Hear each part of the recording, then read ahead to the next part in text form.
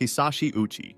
In 1999, Hisashi Uchi was working at the JCO facility in Tokaimura, Japan, preparing uranium fuel for nuclear reactors. In a rush to meet an overdue order, safety protocols were ignored. On September 30th, while pouring a uranium solution, Uchi saw a bright blue flash, a nuclear criticality accident. This meant that in that moment, he was exposed to an enormous dose of radiation, far beyond lethal levels. Uchi knew something bad was awaiting him, but he didn't know how incredibly bad it would have gotten. At first, his symptoms seemed mild: redness on his face, bloodshot eyes, nausea, and a sunburn-like mark on his arm. But his condition quickly deteriorated. His immune system collapsed, with tests showing catastrophic chromosome damage. His DNA was basically completely wiped out. His skin began in sheets. Any touch or the removal of medical tape away large sections of flesh. His body could no longer heal itself, making even small wounds a deadly risk. Doctors wrapped him in layers of gauze, which became a substitute skin that needed to be changed daily in a sweltering, sterile hospital room. The gauze changes were agonizing, as removing them